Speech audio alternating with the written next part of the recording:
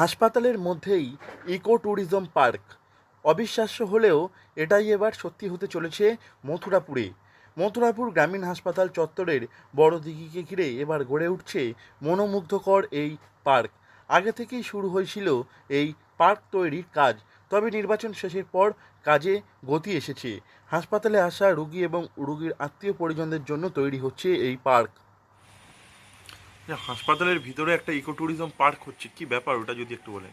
ওটা হচ্ছে রুগীরা হসপিটালে যায়, হসপিটাল যদি না একটা সৌন্দর্য না থাকে বা ফুলের বাগান না থাকে এবং পার্ক না থাকে, যারা রুগীরা নিয়ে যায় তারা বসার জায়গা থাকতো না।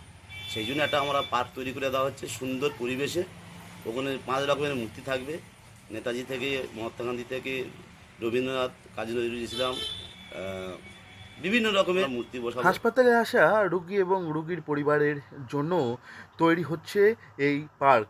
রোগীর পরিবারের মানুষজনের একটু মন ভালো করতে এই প্রয়াস গ্রহণ করেছে মথুরাপুর 1 নম্বর ব্লক প্রশাসন। পার্ক তৈরির পর সেখানে বসানো হবে একাধিক মনীষীদের মূর্তি। ইতিমধ্যে একাধিক ফুলের গাছ লাগানো হয়েছে সেখানে। বয়স্কদের জন্য পার্কে থাকছে হাঁটার ব্যবস্থা। গাছের ছায়ায় ঘেরা হাসপাতালের দিঘিটিতে এখন দিনের সবসময় শীতল বাতাস বয়। থাকবে, ফুলের বাগান থাকবে এবং গাছ থাকবে। মানুষের যাতে রুগীরা গেলে যারা মানুষ বসতে পারে সেই জন্য ব্যবস্থা করা হচ্ছে। বাড়ির লোকও যেতে পারবে।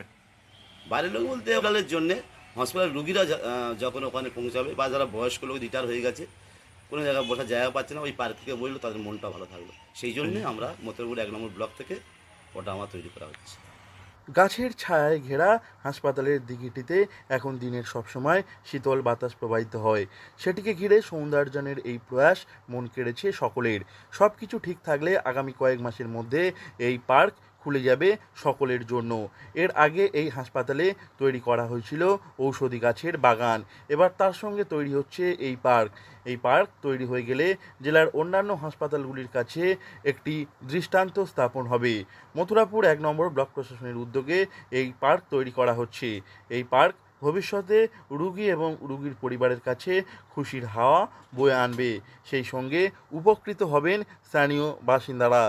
এই পার্ক তৈরির কাজ প্রায় শেষ পর্যায়ে। এই মুহূর্তে সেখানে সৌন্দর্যায়নের কাজ চলছে। দক্ষিণ 24 পরগনা থেকে নবাব মল্লিকের রিপোর্ট, লোকাল 18 বাংলা।